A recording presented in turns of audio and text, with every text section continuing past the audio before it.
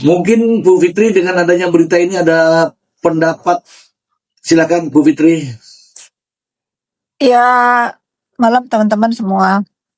Kalau pendapat saya, Mr. G, seperti yang sudah saya katakan, walaupun terdakwa ini melihat, kita sama-sama melihat ya, begitu divonis 4 tahun, terlihat dia gembira, sebetulnya di dalam hatinya sekarang kita tahu bahwa dia tidak happy dengan dia mengajukan banding, karena hayalan dia itu maunya kan bebas, makanya kan ada planning-planning liburan Desember dan lain-lain gitu ya.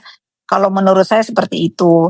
Tapi sangat disayangkan karena kan ada beberapa, saya ngelihat juga tadi sih saya ngelihatnya Bang Hotman Paris juga bilang kan harusnya jangan banding gitu, terima aja. Nah, ya yang banyak orang khawatirkan di kubu mereka sendiri kan pro dan kontra tuh takutnya nambah lagi.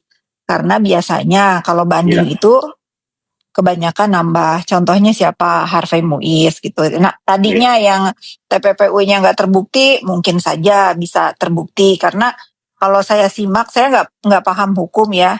Kalau saya simak kan di yang kita nonton sama-sama itu di dalam putusan vonisnya itu ada celah sih untuk membuktikan, menurut saya membuktikan TPPU itu ada. Itu sih, Mr. Z. Mungkin kalau pendapat saya pribadi, apa ya namanya Mr. G ya, lempar bola kali gitu ya. Kalau menurut saya ya, harusnya sih memang jangan banding, harusnya. Pendapat saya itu Mr. Z. Baik, jadi terima kasih Bu Fitri, tahan dulu. Lempar bola Bu Fitri bilang, tapi kalau Bu Nona itu, kalau Bu Nona itu lempar batu langsung 10-10-nya. Terserah kenanya yang mana, itu kata Bu Nona ya. Oh iya. Iya, pokoknya yang kena mana aja, pokoknya dilempar gitu, kata Bu Nona loh ya, kata Bu Nona. Tetapi bahwa yang namanya banding dengan kalimat apalagi mengatakan optimis bebas, itu mungkin harus melihat dulu putusan banding. Biasanya nih ya, ada beberapa putusan banding yang mengatakan bahwa putusan banding bisa saja turun, bisa saja menguatkan, bisa saja ditambah. Nah, ini kan bisa saja, tapi kalau optimis banding, tentu saja optimis bebas. Optimis bebas tentu saja harus ada bukti. Kalau endorse, ini suratnya endorse. Kalau kesepakatan, ini bukti kesepakatannya. Itu. Begitu Bu Fitri. Minimal ya harus ada buktinya lah. Begitu ya. Oke. Ya ini Bu Nona ini yang mengatakan bahwa itu sepertinya semua senjata digunakan itu. Lemparan langsung 10 batu dilemparkan. Begitulah kira-kira. Selamat malam Bu Nona. Selamat malam Komandan, selamat malam Bu Fitri, teman-teman, ada Mbak Lia, ada Bu Jim, Mbak Christine, Bu Nona, Bu dosen, Mama Bi, ya malam-malam semuanya. Siap Komandan, betul sekali. Saya baru aja lewat terus pas lihat ada Bu Fitri langsung wah luar biasa. Kita masih membahas tentang yang kemarin ya, upaya hukum dari pihak terdakwa ya. Sekarang sudah pihak napi ya. Sekarang saya udah boleh bilang ya. Kemarin kan nggak boleh bilang tuh. Belum boleh bilang napi. Sekarang udah bisa ya? Sudah bisa itu. Bahkan sudah bisa kita bilang penjahat kok, karena dia kan sudah terbukti ya. Ibaratnya sudah ingkrah di pertama di tingkat pertama, tinggal walaupun orang bilang bahwa oh itu belum ingkrah, masih ada upaya hukumnya, upaya hukum banding sampai kasasi bahkan PK, maka masih asas praduga tidak bersalah itu masih berlaku. Tidak, kalau dalam banyak sekali teori hukum bahwa apa yang sudah diputuskan walaupun ada upaya hukum lain, sebelum ada putusan di upaya hukum setelahnya, maka putusan yang pertama itu sudah memberikan title kepada dia. Nanti kalau misalnya titel di putusan banding mengatakan bahwa oh dia tidak bersalah atau ada putusan lain, baru bisa dicabut title itu. Jadi kita boleh bilang napi ya sekarang ya, Mbak Nona? Sangat bisa itu Bu Fitri. Sudah cocok memang napi. Bahkan kalau tingkat pertama mengatakan bahwa dia sudah terbukti bersalah melakukan apa yang diatur dalam pasal 27B ayat 2, bahwa dia melakukan pemerasan dengan menggunakan fasilitas apa namanya? Internet ya, yaitu elektronik, maka itu sudah terbukti memang kejahatan, sudah dia melakukan satu delik pidana atau ya seorang penjahat lah, kriminalis lah, seperti itu. Apalagi sekarang sudah jadi anggota lembaga pemasyarakatan. Nah, sudah panggilannya napi memang. Gitu. Jadi upaya bandingnya Mr. Z, upaya banding baru ketahuannya dari pihak sana ya. Jadi jaksa belum ada kabar ya melakukan ini ya, berita bahwa akan melakukan upaya hukum ya. Waktunya berapa lama lagi ya Mr. D ya untuk jaksa banding? Sudah habis. Jadi saya perlu kabarkan ke teman-teman bahwa kabarnya jaksa sudah melakukan banding kemarin ya, hari Senin ya. Kemudian ini juga jaksa sudah banding. Sudah banding dan ini saya beritanya kan nggak muncul, karena beritanya yang muncul ini maka kita boleh dong kita jadikan sebagai topik. Oke, baik. Ya. Jadi sama-sama banding Bu Nona. Oh, siap. Karena kalau memang kalau dalam hukum acara pidana maupun perdata, pernyataan banding itu pernyataannya saja itu waktunya adalah 7 hari. Sedangkan mau masukkan memori banding itu 14 hari sejak putusan dibacakan itu. Jadi secara e-court. Jadi pernyataannya saja waktunya sudah habis. Berarti kalau dia sudah lewat dari itu, dia sudah tidak bisa lagi mengajukan banding. Berarti dua-duanya fix ya, dari pihak terdakwa maupun dari pihak jaksa. Ya, mantap sudah kalau begitu Mr. Z. Kalau saya lihat kalau memang pernyataan banding disampaikan oleh jaksa, karena jaksa memang sesuai dengan protapnya bahwa kalau ada vonis di bawah dari 2/3 dari tuntutan mereka, maka mereka wajib mengajukan banding.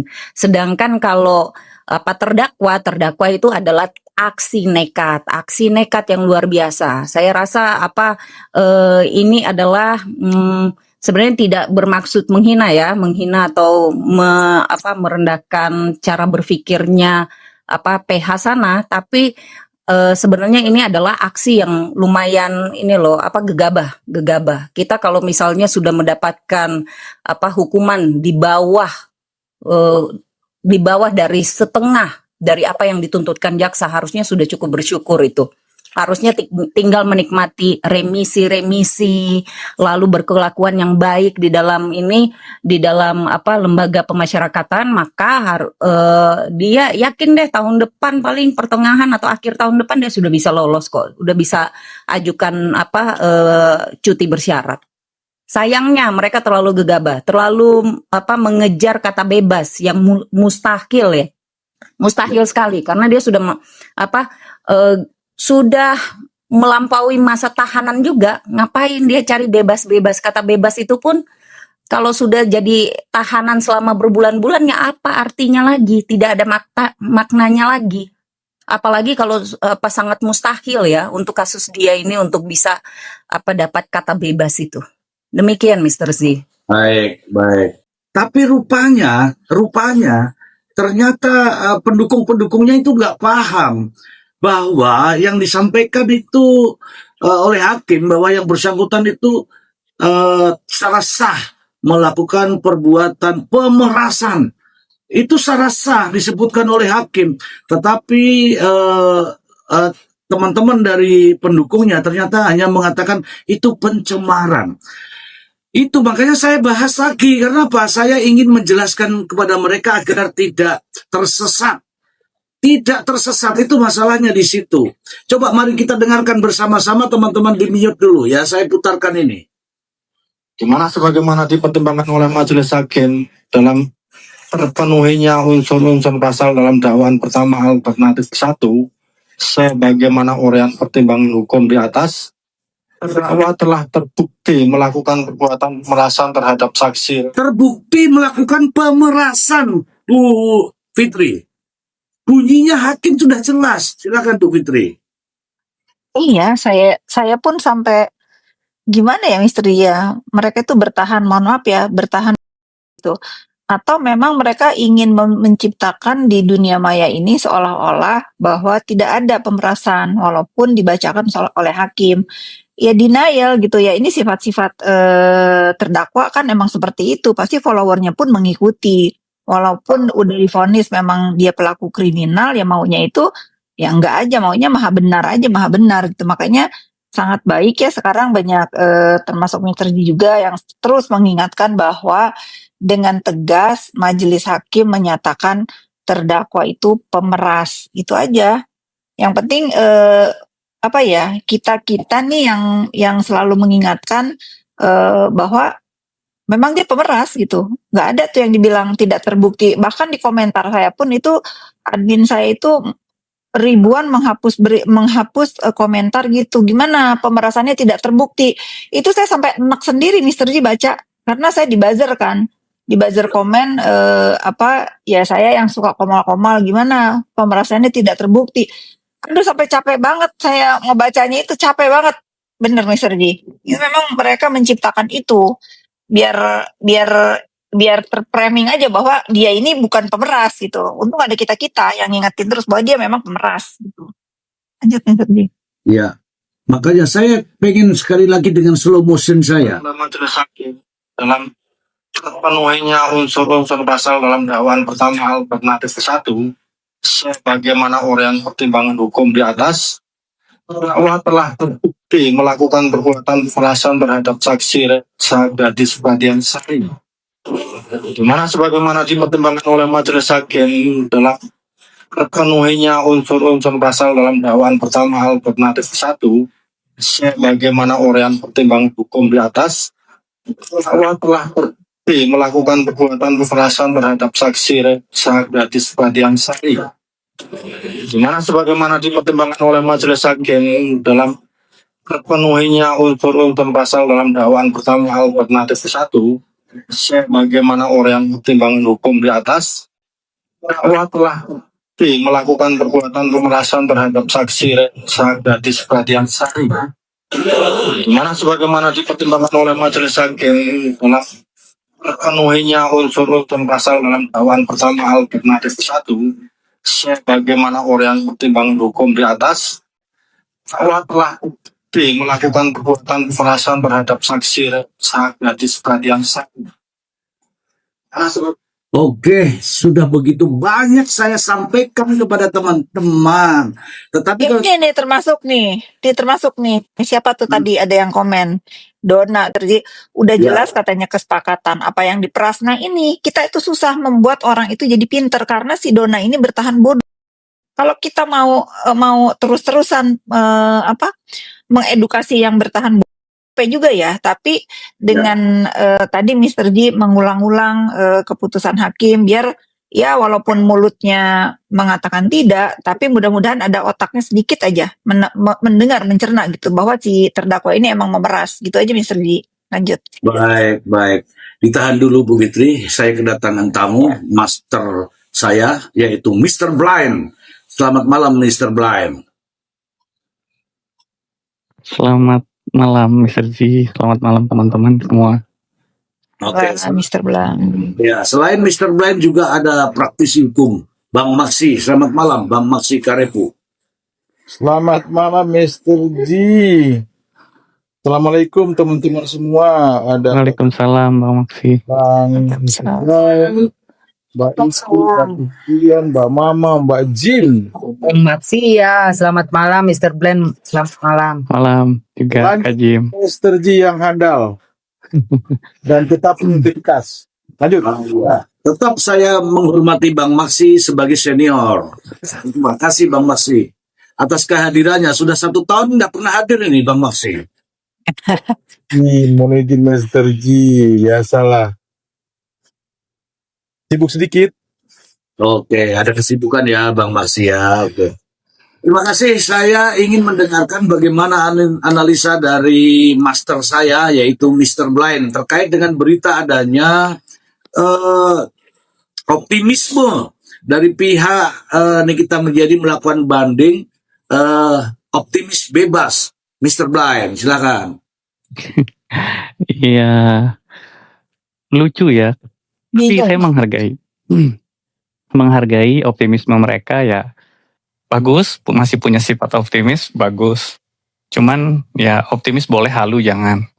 Karena gini ya, mengajukan banding itu bukan berarti dia sendirian. Karena jaksa juga tidak mungkin tinggal diam kan. Apalagi jaksa pun melakukan banding. Maka perdebatan itu akan bertambah alot ya di sana. Dan kemudian nanti pada akhirnya optimisme mereka itu ketika misalkan nanti hanya misalnya ini misal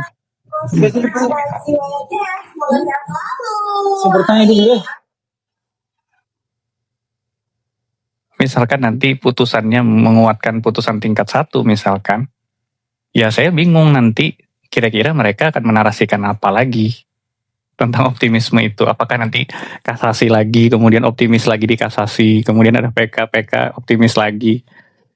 Ya aneh ya Mr. Z ketika fakta sudah dihadirkan, kemudian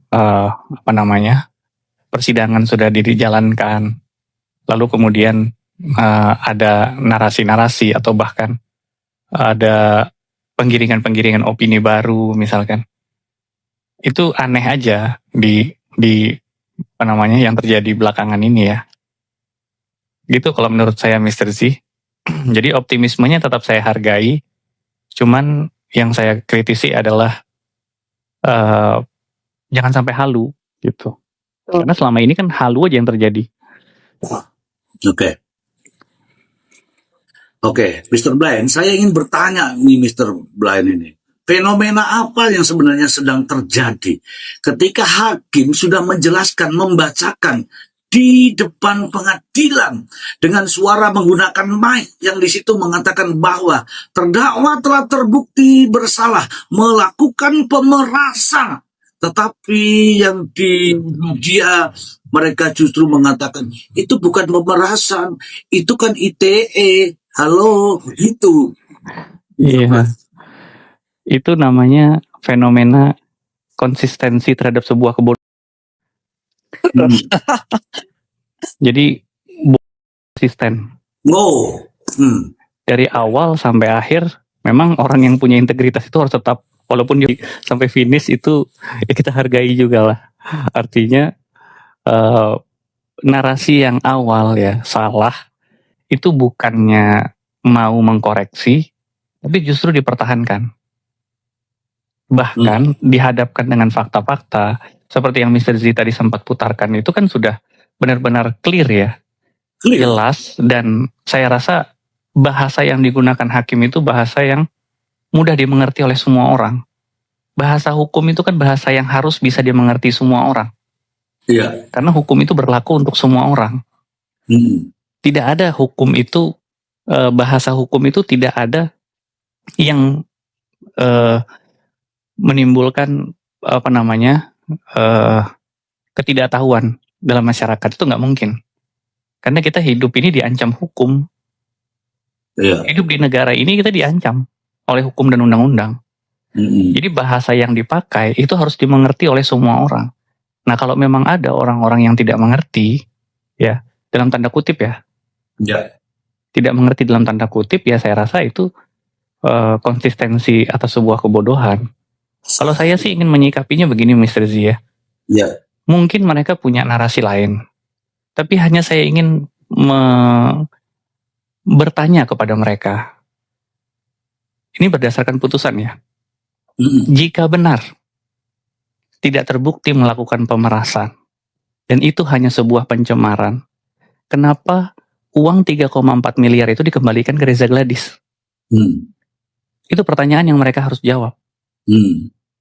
Kalau bukan pemerasan, kalau pemerasannya tidak terbukti, kenapa uang 3,4 miliar yang jadi barang bukti itu dikembalikan ke Reza Gladys? Bisa nggak mereka jawab itu? Dia jawabannya ada, tapi jawabannya cuma prot. Artinya, kalau hanya pencemaran, itu kan tidak ada kewajiban apa-apa. Minta maaf saja. Iya, minta maaf atau kurungan badan kalau terbukti. Tapi ketika pemerasan, itu maka ada uang atau yang menjadi hak milik seseorang, itu dipindahkan secara paksa kan. Maka ketika pemerasannya terbukti, maka uang tersebut hasil tindak kejahatan itu harus dikembalikan ke yang berhak.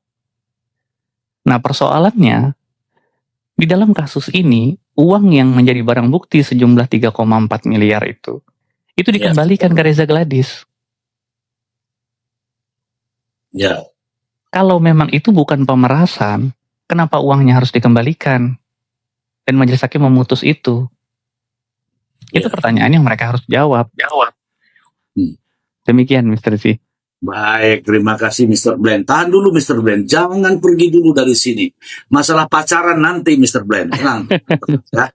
Ini ada Bang Maksi nih. Bang Maksi, fenomena apa ini Bang Maksi? Hakim sudah menyatakan bahwa ini pemerasan. Jelas ya, jelas mengatakan pemerasan. Kalau nggak percaya saya akan putarkan nanti. Tetapi mereka masih selalu mengatakan bahwa itu kan ITE. Begitu Bang Maksi. ITE Bang Maksi, silakan. Siap, Anda Mr. Ji. Kebetulan masih agak capek Mr. Ji, todong nih. Barusan tadi siang kebetulan agak bertarung sedikit di pengadilan. Oh, ya. Mr. Ji bikin panas juga nih, tensi naik nih. Kalau pertanyaan begini. Mr. Ji, bukannya kita udah selesai antara narasi kita, narasi hukum dengan narasi mereka pada saat putusan pengadilan 28 kemarin terbukti narasi mana yang paling benar. Iya. Aduh, jadi terpaksa saya jawab nih, Mr. Ji. Jangan terpaksa, itu kesepakatan itu. Nggak bisa begitu. Oke, sekarang saya mau masuk dasar hukum dulu. Dasar hukum untuk banding di pasal 67 KUHP. Boleh Mr. Ji, kalau belum baca, boleh nggak saya minta tolong nih? Boleh. Tapi sabar ya. Saya Pasal 67 KUHP. Ya. Jadi biar kita ada dasar hukumnya. Izin teman-teman ya yang lain. Walaupun sudah diwisuda Mr. Ji, sorry, belajar dikit dulu.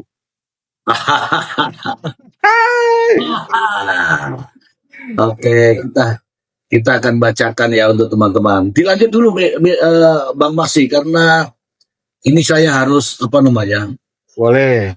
berikan. Ini dasarnya pasal 67 KUHP ya. Anggap aja yang sudah diwisuda mau naik ke S2 lah. Ya. Mau bikin ini disertasi. Proposal tesis dulu bikin. Ya. Satu biasanya kan. Oke. Mr. J gini. Teman-teman, Bu Nona dan rekan-rekan lain yang tim praktisi maupun pengacara sudah paham kan? Apa sih dasar Majelis Hakim Pengadilan Tinggi menilai? Kan kita pernah dengar judex facti, Mr. J. Apa itu judex facti? Saya bacakan dulu ini Bang Maksi biar nggak ketinggalan nanti ya. Dasar hukumnya dulu. Dasar hukumnya. Ya, pasal 67 KUHP. Terdakwa atau penuntut umum berhak untuk minta banding terhadap putusan pengadilan tingkat pertama. terhadap bebas, lepas dari segala tuntutan hukum yang menyangkut masalah kurang tepatnya penerapan hukum dan putusan pengadilan dalam acara cepat. Silakan Bang Maksi. Oke. Intinya JPU dan terdakwa bisa, mereka punya hak upaya banding ya, mesti kecuali bebas. Oke. Tetapi tadi silakan mereka punya hak hukum itu, upaya banding. Tetapi kan Majelis Pengadilan Tinggi akan menilai apa itu judex facti. Iya kan? Judex facti adalah apa? Hakim. Ini saya bacakan judex facti ya. Ya, baca biar kita ada dasar hukumnya. Dasarnya. Yaitu istilah hukum yang mengacu pada hakim yang memeriksa atau mengadili perkara tingkat pertama untuk menentukan fakta hukum. Begitu, Bang Maksi. Ya, sering Mr. J bilang kan fakta-fakta yang terungkap di muka persidangan. Dia akan menilai itu.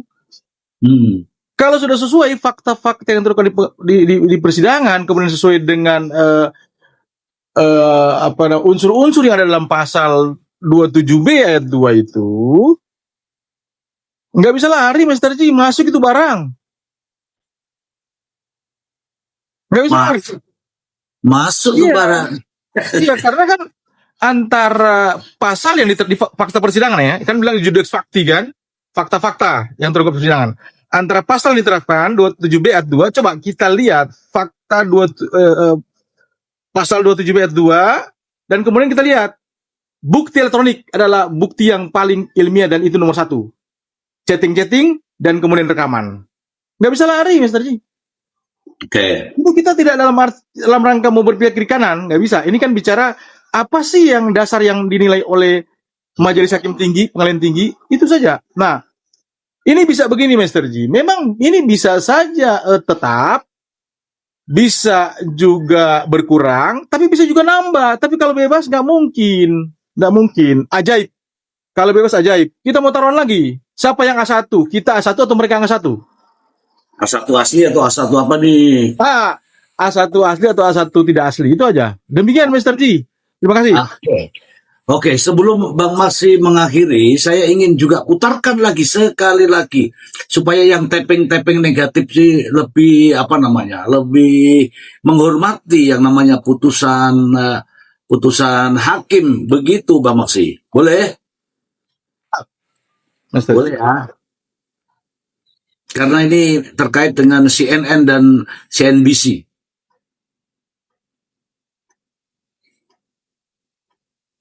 Penuhinya unsur-unsur pasal dalam dakwaan pertama alternatif 1 sebagaimana orang pertimbangan hukum di atas, terdakwa telah terbukti melakukan perbuatan pemerasan terhadap saksi Gadis Pradiansari. Mana sebagaimana dipertimbangkan oleh majelis hakim dalam terpenuhinya unsur-unsur pasal dalam dakwaan pertama alternatif 1 sebagaimana orang pertimbangan hukum di atas, terdakwa telah terbukti melakukan perbuatan pemerasan terhadap saksi Gadis Pradiansari. Dimana sebagaimana dipertimbangkan oleh majelis hakim dalam terpenuhinya unsur-unsur pasal dalam dakwaan pertama alternatif 1 sebagaimana orang pertimbangan hukum di atas, terdakwa telah terbukti melakukan perbuatan pemerasan terhadap saksi Gadis. Di situ bunyinya jelas Bang Maksi bahwa telah terbukti telah melakukan pemerasan, Bang Maksi. Ya, Masternya benar dibilang tadi. Unsur-unsur yang ada dalam pasal 27B ayat 2 itu ya, sudah terpenuhi. Artinya mens rea sudah terpenuhi sana, actus reus sudah terbukti, perbuatan terbukti, kemudian mens rea sudah terbukti. Dan itu akan menjadi dasar penilaian dari majelis pengadilan tinggi yang tadi judex fakti. Tuh. Saya agak sedikit tensi naik nih Mr. J. Sorry nih Bu Nona. Sabar. Ya kan? Sabar. Oke, lanjut. Sabar. Saya berikan sama Bu Nona dulu sebelum ke yang lain ya. Bu Nona, sudah kita bacakan berulang-ulang Bu Nona. Tetapi masih ada yang tapping. Bahkan itu tidak ada pemerasannya. Itu pencemaran. Begitu Bu Nona. Bagaimana mengatasi kesesatan ini Bu Nona? Siap. Ya, begitu sudah Bang Maksi, Mr. Z, teman-teman sekalian. Kita kadang susah untuk memberikan pengetahuan lebih terkait dengan hukum ya. Karena hukum kita ini memang melalui asas konkordansi itu kita masih mengambil hukum dari Belanda, mengadopsi hukum dari Belanda. Sehingga waktu di Indonesia kan itu masih rumit. Yang orang yang sudah kuliah sampai doktor sekalipun masih harus mempelajari lagi. Maka itu itu kan mereka belajar terus ya, kayak kita-kita ini ya, akademisi kita belajar terus. Apalagi orang awam yang tidak pernah belajar hukum secara nyata di universitas gitu ya, hanya mendengar-dengar, otomatis ya seperti ini tanggapannya. Mereka akan selalu membandingkan bukan berdasarkan keilmuan, tapi membandingkan itu berdasarkan pendengaran saja, gosip, rumpian, gibahan dari banyak orang. Untuk diketahui bahwa namanya dakwaan alternatif itu hakim harus memilih dari sekian banyak yang ditawarkan atau yang dijadikan dakwaan oleh penuntut umum. Maka salah satu yang paling cocok, nah itu yang dipakai. Sebenarnya artinya kalau di belakangnya itu semuanya bisa. Karena sesuai dengan fakta persidangan, alat bukti yang dihadirkan. Jadi gini, simpelnya begini, teman-teman yang masih kepala batu, yang masih tersesat, silakan kalian baca itu. Isi dari pasal 27B ayat 2, terus cari unsur persamaannya dengan pasal 369 tentang pemerasan, 369, 368. Unsurnya sangat sama isinya, gitu. Jadi melakukan satu tekanan dengan mengancam untuk apa? Untuk mendapatkan sesuatu gitu. Nah, itu intinya pemerasan isinya. Cuma kalau 369 dan 36 dan 368 itu ada kata pemerasannya. Tetapi kalau di Undang-Undang 27B Undang-Undang ITE 27B ayat 2 dan seterusnya itu memang tidak jelas-jelas disebut pemerasan, tapi diuraikan pemerasan itu seperti apa sih.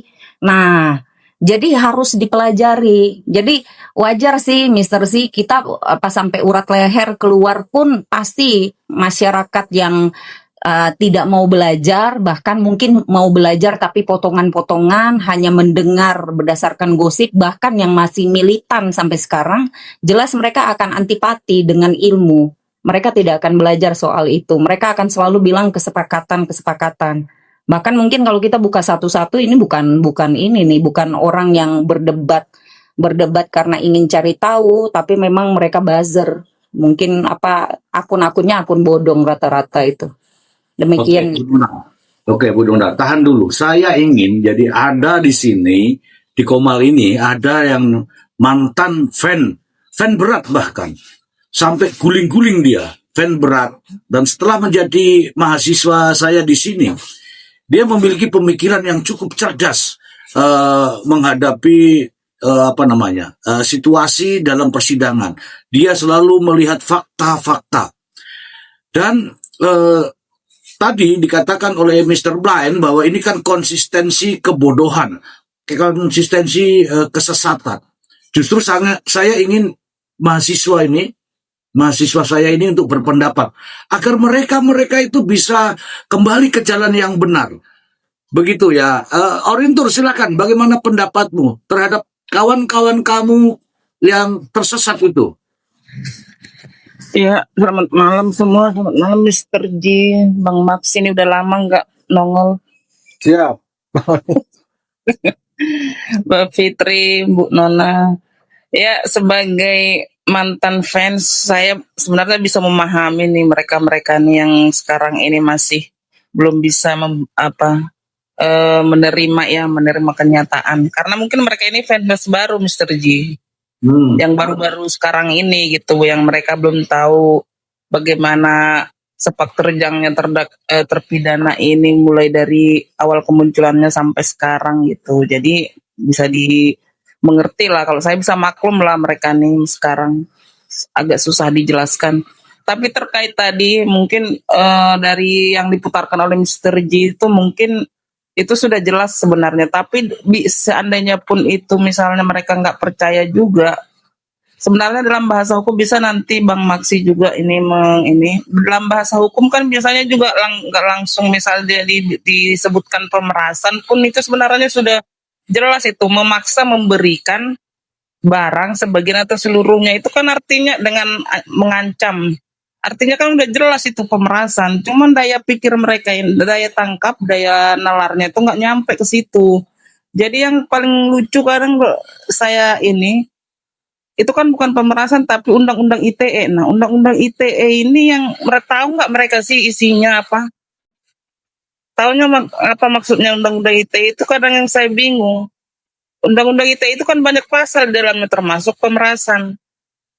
Tapi kalau dalam bahasa hukum pun udah beberapa ahli hukum juga menjelaskan bahwa tidak selalu dengan vulgar dikatakan pemerasan, tapi ada bahasa hukum yang menyatakan memaksa dengan ancaman. Nah, itulah memeras. Sama seperti pencurian, nggak disebut pencurian, tapi merampas harta orang lain dengan secara melawan hukum. Biasanya gitu kan yang Bang Maksi ya. Nah, itu soal itu misalnya. Nah, sekarang mungkin lagi ada fenomena baru nih tentang pemerasan ini, mungkin entah menular dari NM ini atau enggak. Kebetulan ada juga sekarang. Tunggu dulu, stop dulu. Ini ada namanya Tara. Halo Tara, mudah-mudahan kamu masih di sini. Kamu tulis di situ. Ini dulu. Nulis di situ Tara. Mudah-mudahan kamu bisa sadar dengan mendengar ini. Hakim menyatakan bahwa tidak bilang pemerasan. Vonisnya undang-undang ITE. Saya tahu kamu tidak tahu tentang hukum, tapi apalah saya mengalah. Saya ingin memperdengarkan kepada kamu bahasa ini. Ayo dengar Tara. Sebagaimana dipertimbangkan oleh Majelis Hakim dalam terpenuhinya unsur-unsur pasal dalam dakwaan pertama alternatif 1, sebagaimana uraian pertimbangan hukum di atas, terdakwa telah melakukan perbuatan pemerasan terhadap saksi Gadis Pradian Sari. Dimana sebagaimana dipertimbangkan oleh Majelis Hakim dalam terpenuhinya unsur-unsur pasal dalam dakwaan pertama alternatif 1, sebagaimana uraian pertimbangan hukum di atas, telah terbukti melakukan perbuatan kekerasan terhadap saksi Gadis Pradian Sari. Oke, cukup 2 kali saja. Kalau telinga kita ini mendengarkan, pasti bisa masuk ya Tara ya. Mudah-mudahan kamu segera sadar. Tara. Silakan dilanjut. Orintur. Oke, Mr. G. Jadi fenomena pemerasan ini mungkin sudah mulai menjalar ke kasus-kasus lain ini. Jadi mungkin ada yang meniru dari NM ini. Jadi kalian bukan hanya netizen nanti yang bisa meniru Mr. G. Karena sekarang juga ada nih lagi pejabat yang melakukan pemerasan. Jadi lagi fenomenanya lagi ini nih. Jadi untuk para netizen di bawah yang masih kekeh mengatakan tidak ada pemerasan, udah diperdengarkan pun segitu vulgarnya bahasa itu tadi, kalian juga nggak mau nerima. Artinya kalian bukan lagi ingin tahu tentang ininya, bukan nggak tahu tapi tidak mau tahu. Tapi nanti ada nih masanya Mr. G, mereka ini sadar. Memang harus sabar kita menghadapinya, nggak bisa keras-keras karena kemampuan mereka menerima, kemampuan mereka menyadari itu susah memang kalau lagi masih fans baru. Kira-kira Mr. G nanti kalau ini lagi tambah. Baik. Jadi saya dapat kabar nih, Tara langsung pingsan katanya mendengar itu tadi. Oke, tadi Orintur menyebut Bang Maksi, gitu kan? Ya. Bang Maksi mau minta dijelaskan lagi, Bang Maksi. Ya, Mr. G, walaupun agak sedikit pusing-pusing ini. Kalau pusing nanti bisa DM.